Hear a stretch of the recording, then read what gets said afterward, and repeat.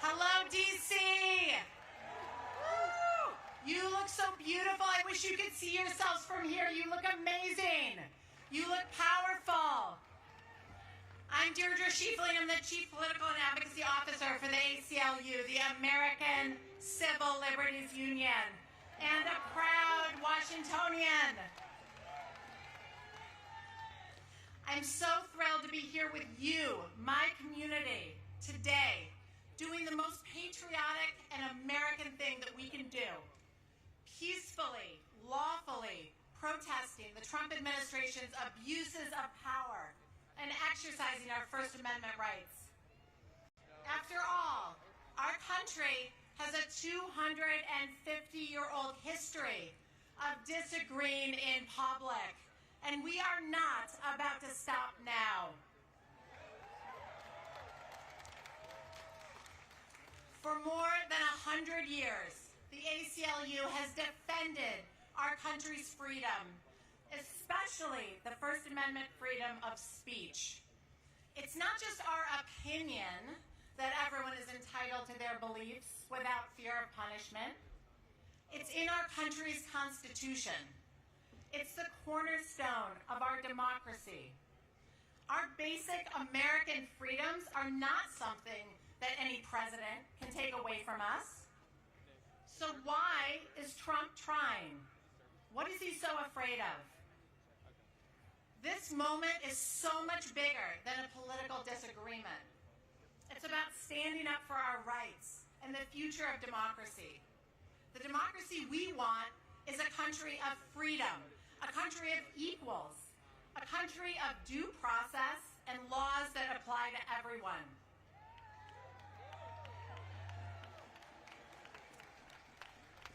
Not a country where masked ICE agents kidnap people out of their beds in the middle of the night, where they zip tie terrified children together. No. Not a country that tells schools and universities to teach ideology instead of facts. And certainly not a country that sends armed troops into our cities to scare us into silence. I refuse to allow that version of our, and I know you do too. The courage that we are creating here today across the nation is contagious. It's powerful, and it's exactly what they're afraid of. I want to tell you something I've learned. The best way to protect our freedom is to act free.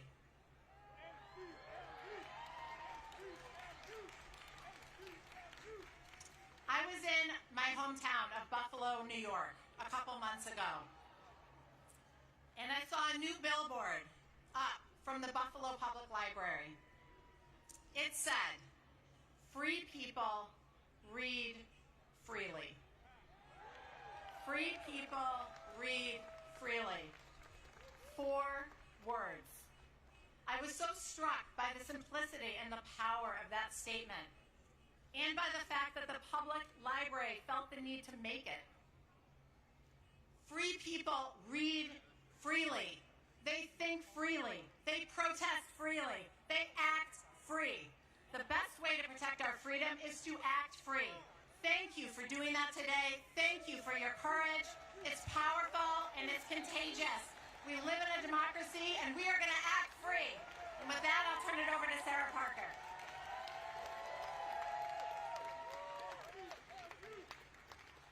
My name is Sarah Parker, and I'm the Executive Director of Voices of Florida and a National Coordinator with 5051. But most importantly, I am a Southern Black woman, a proud Floridian, and a mother. I was taught to speak up for what's right and to stand against injustice, to place my little hands over my heart and to believe liberty and justice for all meant something real. But what I once believed America was is being crushed under the boot of this administration.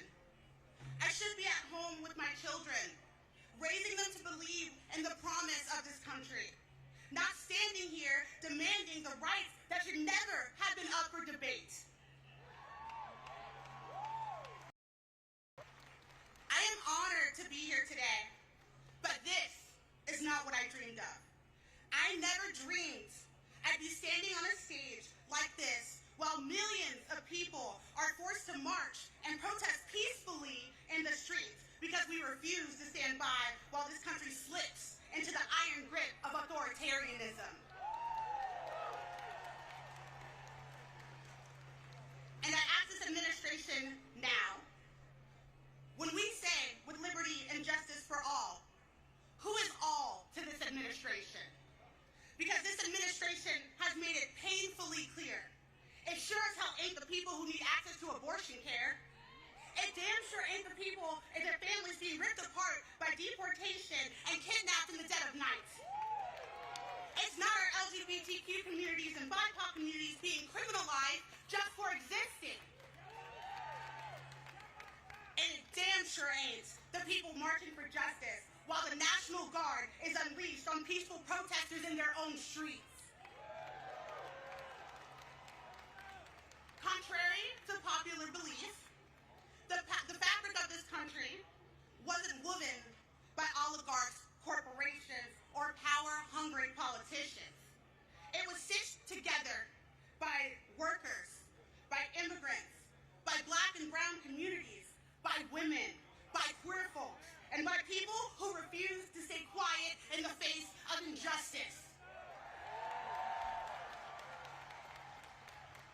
This movement was made by the people. This movement, no kings, was named by the people. This movement is the people.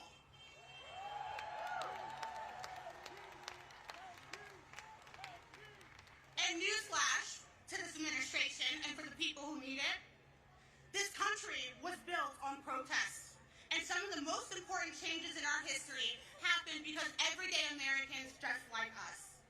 And now, those in power are trying to unravel it thread by thread, taking away rights, stripping away dignity, rewriting what freedom actually means. They've tried to silence us with fear. They've tried to gaslight us with lies. And politicians have stood in front of the cameras, smugly, I may say, peddling smear after smear.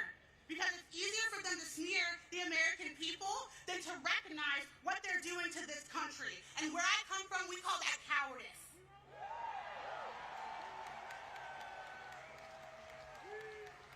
We refuse. I refuse to let this become our reality. It is our duty. It is our right as Americans to dissent when democracy is under threat. Let me be clear.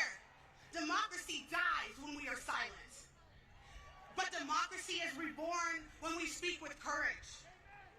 And authoritarianism cannot withstand truth. And it crumbles under the power of love and dissent. And as leaders before me have said, courage is not the absence of fear. It is the choice to act despite of it. And for what it's worth, I am proud of each and every courageous leader that is taking the streets today. We are peaceful because we know that's how real change is created. We are fighting because we love our communities and we love our country.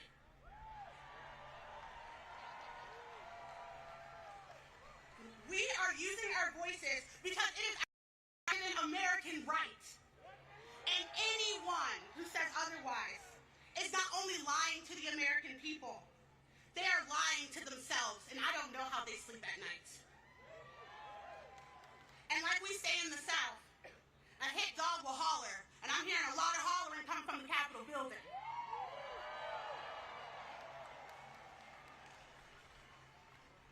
The American people are pissed. And I would like to say before I go, I want to thank every last one of you. I want to thank all the organizers with 5051. I want to thank Political Revolution, who's a national partner. But I want to thank our children. I want to thank our teachers. I want to thank your hearts for doing this and being out here in the street when they tried to make you afraid.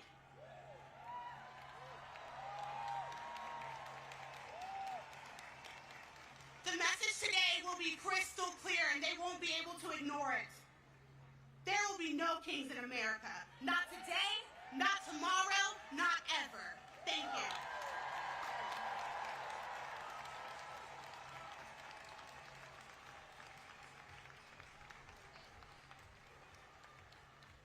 Please welcome to our stage Oliver Merino from Immigrant Legal Resource Center and member of El Colectivo de Familias Migrantes, and Afeni Evans, community organizer with the Fair Budget Coalition.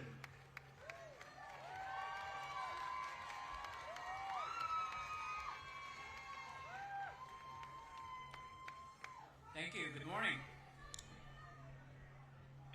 Earlier this year, as the Trump administration began its anti-immigrant attacks from the White House, the Colectivo de Familias Migrantes, a group of families and organizers, came together to find community and ways to protect each other.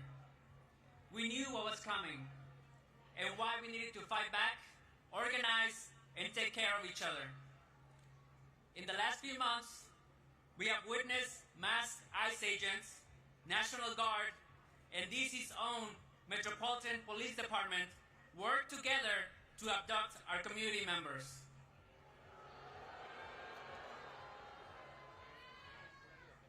People have been detained while going to work, at local parks, in front of schools.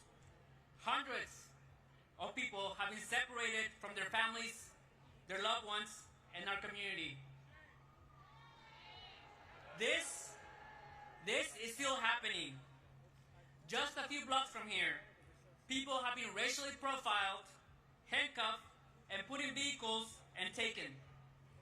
Sometimes transferred to detention centers hundreds of miles away in states like Louisiana, Alabama, and Georgia, away from family and away from legal counsel.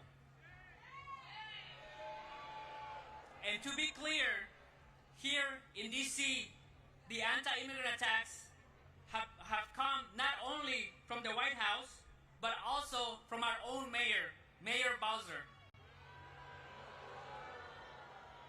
Mayor Bowser tried to repeal DC's Sanctuary Values Act, a local law that limits collaboration between MPD, the local police, and ICE.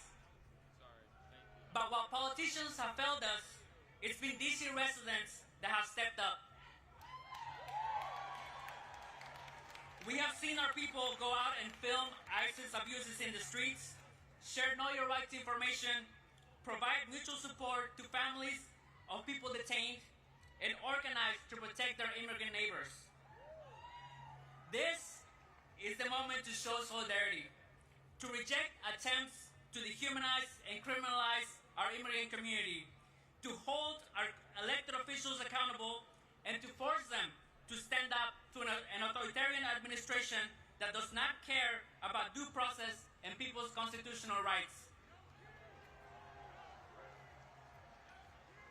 In order for the Trump administration to carry out its plans, it needs compliance from the public and from local governments. We must not comply. We need to do all that's in our power to protect immigrant families and our neighbors. We need us. We need you. We need each other to protect families, not feds. Thank you.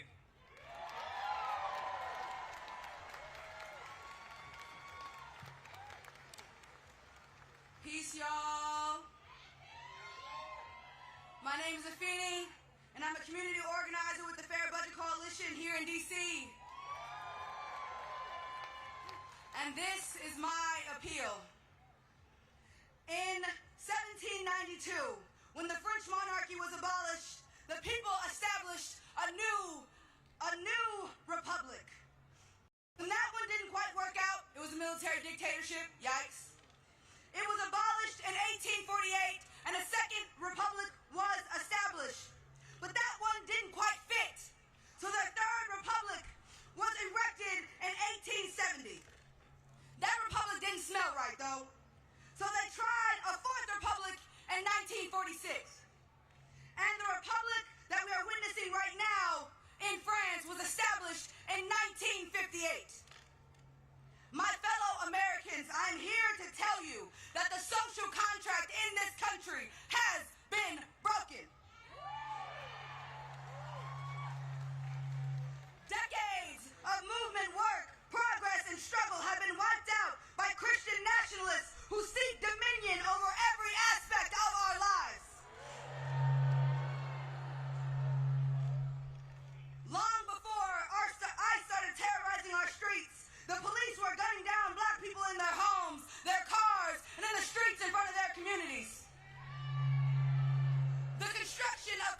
cities and the strengthening police state have threatened our urban centers for years. This current escalation in state violence is nothing more than an extension that the violence that marginalized communities have been bearing the brunt of. This republic was sold as our American dream. Home of the free, land of the brave.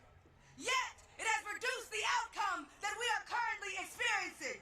A system that edifies oligarchs and creates false monarchs. The society that we live in is what got us here. It is what brought us to this fever pitch. But we do not have to stay here. Now, more than ever, we need to reimagine a society that holds all of our humanity to the highest priority. We need a humane economy. We need well-funded public education.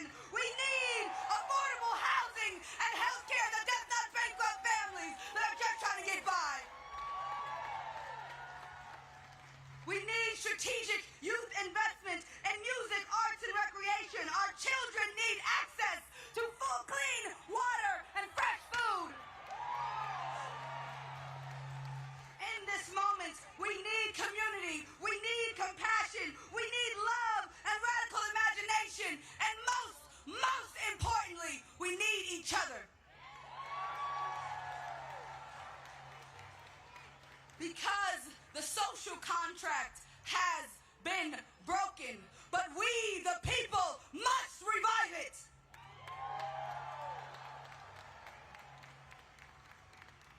We, the people, can be stewards for a land of the free. We, the people, can be brave and make this broken house into a home for all of us. Because we are the source of power in this country. Our labor, our taxes, and our faith keep this system going. So we must have the revolutionary hope that collectively we, the powerful people, have the capacity to create something better. I'm here to tell you that we must be audacious in our pursuit of fulfilling that generational mandate, because